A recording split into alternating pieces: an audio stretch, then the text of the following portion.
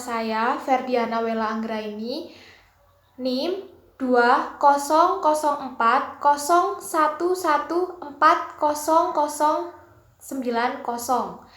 dari Prodi PGSD kelas 2020B. Di dalam video ini, saya ingin menyampaikan tugas dari mata kuliah Pendidikan Kewarganegaraan yang diampu oleh Bapak Ludovicus Bonmars Waduh, SPD MPD. Nah, di sini nanti saya akan menjelaskan tentang materi identitas nasional, lalu integrasi nasional, dan yang terakhir adalah nilai dan norma konstitusi. Oke, yang pertama, saya di sini akan menjelaskan tentang identitas nasional. Apabila Anda pergi ke luar negeri, apa yang membedakan Anda dengan orang luar? Apa ciri atau penanda Anda yang bisa dikenali bahwa Anda adalah orang Indonesia? Ciri atau penanda yang dapat membedakan Anda dengan orang lain itu disebut sebagai identitas. Oke, mari kita membahas tentang pengertian identitas nasional. Identitas nasional dibentuk oleh dua kata. Kata yang pertama adalah identitas dan yang kedua adalah nasional. Identitas berasal dari bahasa Inggris yaitu identity yang secara harfiah berarti jati diri, ciri, atau tanda-tanda yang melekat pada seseorang atau sesuatu sehingga mampu membedakannya dengan yang lain. Istilah yang kedua adalah nasional, menunjuk pada kelompok-kelompok persekutuan hidup manusia yang lebih besar dari sekedar pengelompokan berdasar ras, agama, budaya, dan sebagainya. Identitas nasional dapat disimpulkan yaitu merupakan manifestasi nilai-nilai budaya yang tumbuh dan berkembang dalam berbagai aspek kehidupan dengan suatu ciri khas yang menjadikannya pembeda dengan bangsa lain. Dengan demikian, identitas menunjuk pada ciri atau penanda yang dimiliki oleh seseorang, pribadi, dan dapat pula kelompok. Penanda pribadi misalnya diwujudkan dalam beberapa bentuk identitas diri. Misalnya dalam kartu tanda penduduk, ID card, surat izin mengemudi, kartu pelajar, dan kartu mahasiswa. Selanjutnya, mari kita telusuri dengan cara mengidentifikasi apa yang menjadi ciri bangsa Indonesia dengan negara lain. Berikut ini adalah identitas nasional bagi negara Indonesia yang membedakan dari negara lain. Yang pertama adalah bendera negara Indonesia. Yang kedua adalah bahasa negara, yaitu bahasa Indonesia. Yang ketiga adalah lambang negara. Yang keempat adalah lagu kebangsaan Indonesia Raya. Ini semua identitas nasional bagi negara bangsa Indonesia yang telah diatur lebih lanjut dalam Undang-Undang Republik Indonesia Nomor 24 Tahun 2009 tentang bendera, bahasa, lambang negara, serta lagu kebangsaan. Tahukah kalian jati diri bangsa Indonesia dan apa sih jati diri itu? Menurut Sudarso 2002 menyatakan jati diri adalah siapa diri Anda sesungguhnya. Bagi bangsa Indonesia, jati diri dapat disimpulkan dalam ideologi dan konstitusi negara ialah Pancasila dan Undang-Undang NKRI 1945. Menurut Kailen 2002, jati diri bangsa Indonesia adalah nilai-nilai yang merupakan hasil buah pikiran dan gagasan bangsa Indonesia tentang kehidupan yang dianggap baik dan memberikan watak, corak, dan ciri masyarakat Indonesia. Ada sejumlah ciri yang menjadi corak dan watak bangsa yang yakni sifat religius, sikap menghormati bangsa dan manusia lain, persatuan, gotong royong, dan musyawarah, serta ide tentang keadilan sosial. Nilai-nilai dasar itu dirumuskan sebagai nilai-nilai Pancasila sehingga Pancasila dikatakan sebagai jati diri dan identitas nasional. Ada dua jenis identitas, yaitu identitas primer dan identitas sekunder. Identitas primer dinamakan juga identitas etnis, yakni identitas yang mewakili terjadinya identitas sekunder. Identitas sekunder adalah identitas yang dibentuk atau direkonstruksi berdasarkan hasil kesepakatan bersama. Mari kita menuju ke tantangan integrasi bangsa Indonesia. Yang pertama, lunturnya nilai-nilai luhur dalam praktik kehidupan berbangsa dan bernegara. Contoh, rendahnya semangat gotong royong, kepatuhan hukum, kepatuhan membayar pajak, kesantunan atau kepedulian, dan lain-lain. Yang kedua, nilai-nilai Pancasila belum menjadi acuan dalam perilaku dalam kehidupan sehari-hari. Yang ketiga, rasa nasionalisme dan patriotisme yang luntur dan memudar. Yang ketiga, lebih bangga menggunakan produk dari bangsa asing. Oke, itulah tantangan yang sekarang ini sedang dihadapi oleh bangsa Indonesia ini. Jadi, kita sebagai bangsa Indonesia jangan melupakan nilai-nilai luhur Pancasila dan lebih menyukai produk dalam negeri sendiri. Oke?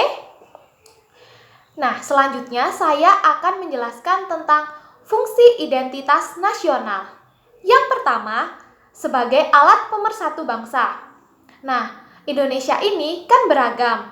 Nah, keberagaman ini kita tidak boleh terpecah belah, melainkan kita harus bersatu. Dengan alat pemersatu bangsa, kita akan bersatu. Yang kedua, sebagai pembeda dengan bangsa lain. Yang ketiga, merupakan landasan negara. Yang keempat adalah identitas negara Indonesia. Nah, yang selanjutnya, unsur-unsur pembentuk identitas nasional.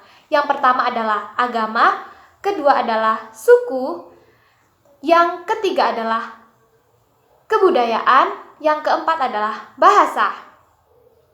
Karakteristik identitas nasional yaitu kesatuan Indonesia, persamaan senasib, keinginan untuk merdeka.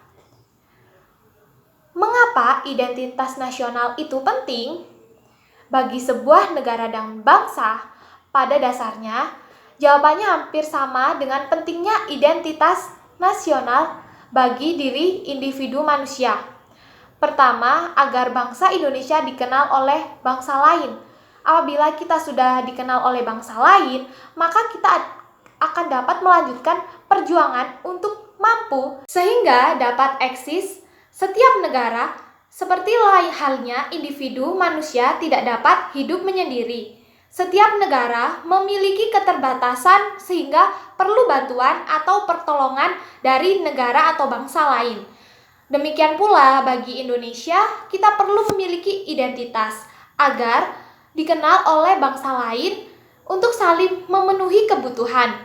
Oleh karena itu, identitas nasional sangat penting untuk memenuhi kebutuhan atau kepentingan nasional negara Indonesia. Materi yang kedua yaitu tentang integrasi nasional. Suatu negara membutuhkan persatuan untuk bangsanya, dinamakan integrasi nasional. Dapat dikatakan bahwa sebuah negara bangsa yang mampu membangun integrasi nasional akan memperkokoh rasa persatuan dan kesatuan bangsa-bangsa yang ada di dalamnya. Integrasi nasional berasal dari kata integrasi dan nasional. Integrasi berarti memberi tempat dalam suatu keseluruhan. Dalam Kamus Besar Bahasa Indonesia, integrasi berarti pembauruan sehingga menjadi kesatuan yang bulat dan utuh. Kata nasional berasal dari kata nation in Inggris yang berarti bahasa sebagai persekutuan hidup manusia. Jadi bisa disimpulkan, integrasi nasional merupakan proses persatuan bagian-bagian unsur atau elemen yang terpisah dari masyarakat menjadi satu kesatuan yang lebih bulat, sehingga menjadi satu, yaitu nation, bangsa. Nah, di sini saya akan menjelaskan jenis-jenis integrasi, yaitu mencakup 1. Integrasi bangsa, menunjuk pada proses penyatuan pembagian kelompok budaya dan sosial dalam satu kesatuan wilayah dan dalam suatu pembentukan identitas nasional.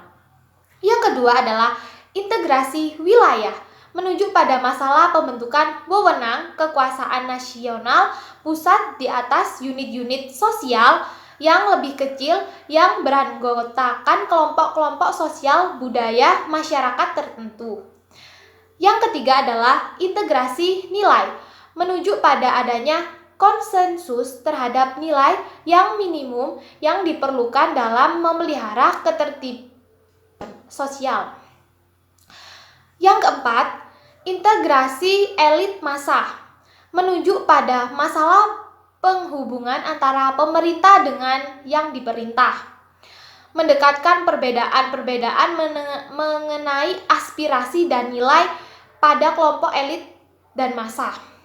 Yang kelima yaitu integrasi perilaku integratif, menunjuk pada penciptaan tingkah laku yang terintegrasi dan yang diterima demi mencapai tujuan bersama.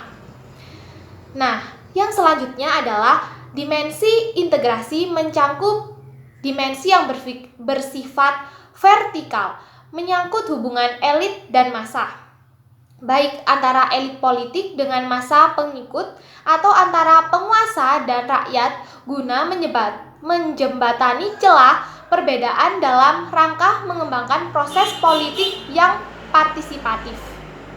Tantangan dari integrasi vertikal yaitu berupa celah perbedaan antara elit dan massa, di mana latar belakang pendidikan kekotaan menyebabkan kaum elit berbeda dari massa yang cenderung berpandangan tradisional. Yang kedua adalah dimensi horizontal, menyangkut hubungan yang berkaitan dengan masalah teritorial antar daerah atau suku, umat beragama, dan golongan masyarakat Indonesia. Dimensi horizontal ini tantangannya yaitu berkenaan dengan pembelahan horizontal yang berakar pada perbedaan suku, agama, ras, dan geografi. Sedangkan aspek integrasi itu meliputi aspek politik, aspek ekonomi, dan sosial budaya. Pentingnya integrasi nasional. Menurut Miron Weiner dalam Surbakti 2010, dalam negara merdeka, faktor pemerintahan yang berkebangsaan legitimate merupakan hal penting bagi pembentukan negara bangsa.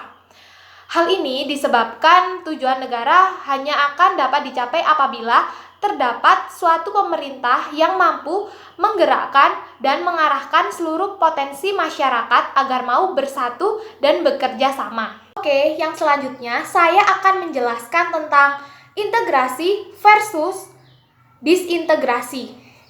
Kebalikan dari integrasi adalah disintegrasi.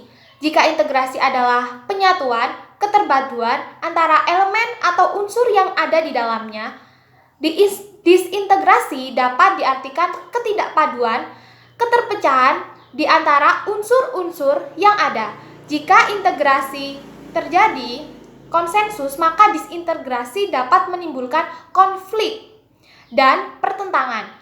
Disintegrasi bangsa adalah memudarnya kesatupaduan antara golongan dan kelompok yang ada dalam suatu bangsa yang bersangkutan. Gejala disintegrasi ini merupakan hal yang dapat terjadi di masyarakat. Nah, selanjutnya adalah ancaman terhadap integrasi nasional. Itu dibedakan menjadi dua, yaitu ancaman militer dan ancaman non-militer.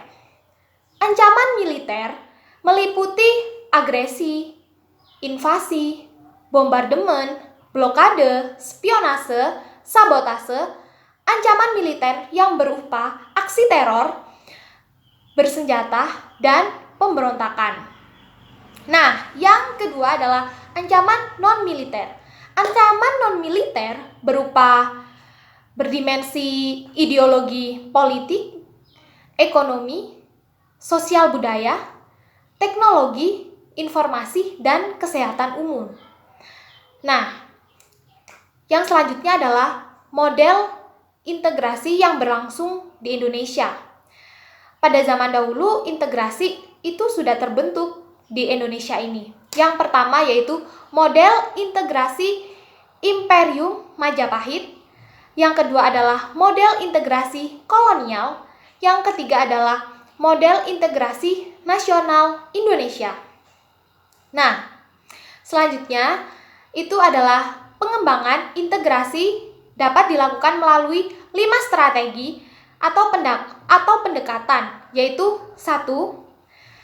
Adanya ancaman dari luar. 2. Gaya politik kepemimpinan. 3. Kekuatan lembaga-lembaga politik. Yang keempat, ideologi nasional. Yang kelima, kesempatan pembangunan ekonomi. Materi yang ketiga yaitu tentang nilai dan norma konstitusional. Nah, sebelum kita begitu jauh menerangkan tentang apa sih konstitusional itu, nah, dalam arti sempit, konstitusional merupakan suatu dokumen atau seperangkat dokumen yang berisi aturan-aturan dasar untuk menyelenggarakan negara. Sedangkan dalam arti luas, konstitusional merupakan peraturan baik tertulis maupun tidak tertulis yang menentukan bagaimana negara dibentuk dan dijalankan. Nah, di sini saya akan memberikan beberapa contoh aturan.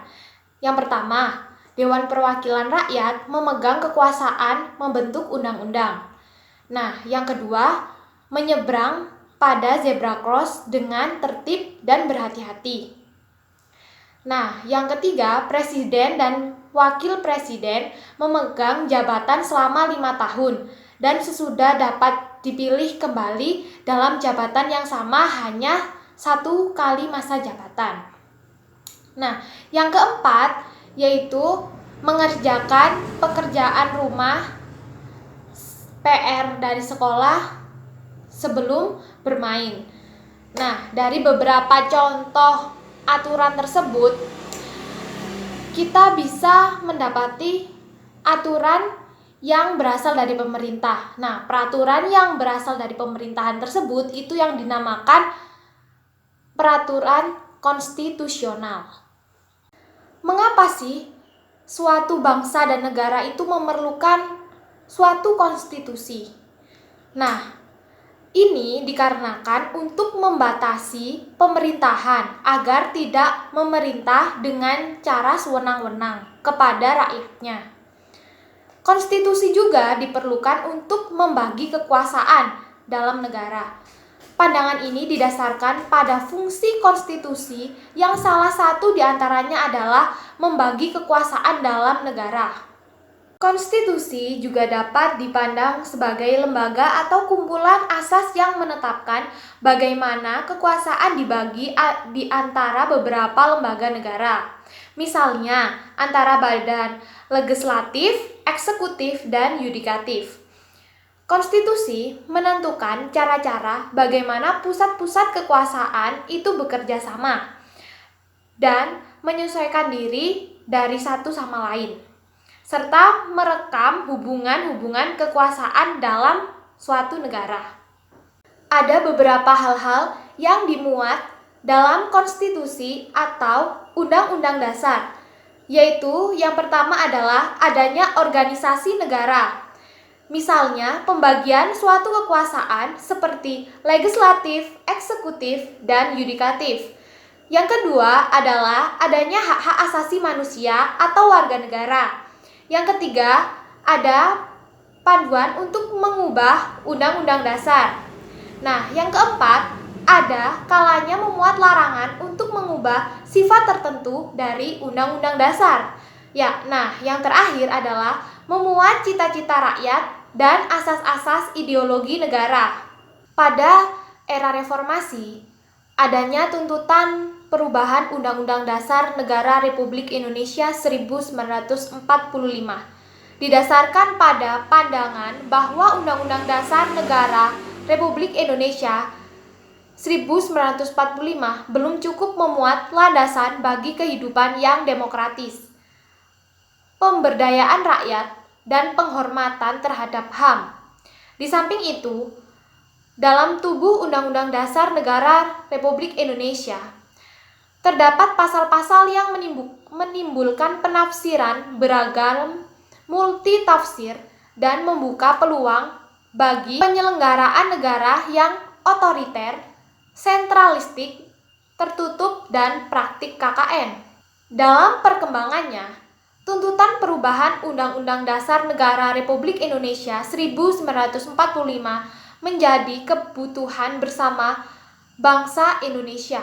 Oleh karena itu, MPR melakukan perubahan secara bertahap dan sistematis. Dalam 4 kali perubahan, keempat kali perubahan tersebut harus dipahami sebagai satu rangkaian dan satu kesatuan.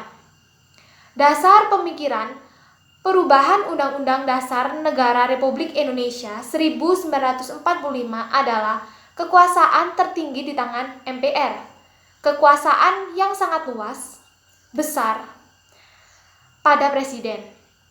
Pasal-pasal yang terlalu luas sehingga dapat menimbulkan multitafsir, kewenangan pada Presiden untuk mengatur hal-hal penting dengan undang-undang dan rumusan Undang-Undang Negara Republik Indonesia 1945 tentang semangat penyelenggaraan negara belum cukup didukung ketentuan konstitusi yang sesuai dengan tuntutan reformasi. Awal proses dari merubah Undang-Undang Dasar Negara Republik Indonesia tahun 1945 adalah pencabutan ketetapan MPR RI nomor 4 MPR 1983 tentang referendum pembatasan masa jabatan Presiden dan Wakil Presiden RI dan ketetapan MPR mengenai hak asasi manusia mengawali perubahan Undang-Undang Dasar Negara Republik Indonesia 1945. Dari proses perubahan Undang-Undang Negara Republik Indonesia 1945 dapat diketahui hal-hal sebagai berikut. Yang pertama, perubahan Undang-Undang Negara Republik Indonesia 1945 dilakukan oleh MPR dalam satu kesatuan. Perubahan yang dilaksanakan dalam 4 tahapan, yaitu pada sidang umum MPR 1999, sidang tahunan MPR tahun 2000, tahun 2001, dan 2002. Yang kedua adalah, hal itu terjadi karena materi perubahan Undang-Undang Dasar Negara Republik Indonesia tahun 1945 yang telah disusun secara sistematis dan lengkap pada masa sidang MPR tahun 1999 sampai tahun 2000 tidak seluruhnya dapat dibahas dan diambil putusan. Yang ketiga, hal itu berarti bahwa perubahan Undang-Undang Negara Republik Indonesia 1945 dilaksanakan secara sistematis, berkelanjutan, karena senantiasa mengacu dan berpedoman pada materi rancangan yang telah disepakati sebelumnya. Nah, untuk penjelasan saya yang terakhir adalah Undang-Undang Dasar Negara Republik Indonesia 1945 menempati urutan tertinggi dalam jenjang norma hukum di Indonesia. Berdasarkan ketentuan ini, secara normatif undang-undang isinya tidak boleh bertentangan dengan undang-undang dasar. Jika suatu undang-undang isinya dianggap bertentangan dengan undang-undang dasar, maka dapat melahirkan masalah konstitusional undang-undang tersebut. Nah, baiklah, ini adalah review saya dari ketiga materi, yaitu tentang identitas nasional, integrasi nasional, dan yang terakhir adalah nilai dan norma konstitusional. Dari ketiga materi ini, saya mendapatkan ilmu. Yang pertama, yaitu pada identitas nasional saya bisa mengetahui bahwa suatu negara itu sangat penting sekali untuk memiliki identitas nasional, karena identitas nasional itu sebagai pembeda atau karakteristik jati diri dalam suatu negara. Yang kedua adalah integrasi nasional, diajarkan untuk bersatu menjadi satu kesatuan dari berbagai keragaman yang ada di Indonesia ini, seperti keberagaman suku, budaya, ras, dan geografis. Yang terakhir yaitu tentang nilai dan norma konstitusi. Konstitusi itu sangat penting sekali bagi suatu negara. Karena apa? Karena dengan adanya konstitusi, pemerintahan akan bisa dibatasi sehingga tidak memerintah dengan sewenang-wenangnya kepada masyarakat di suatu negara. Nah, sekian dari saya. Jika ada salah kata, saya mohon maaf. Terima kasih.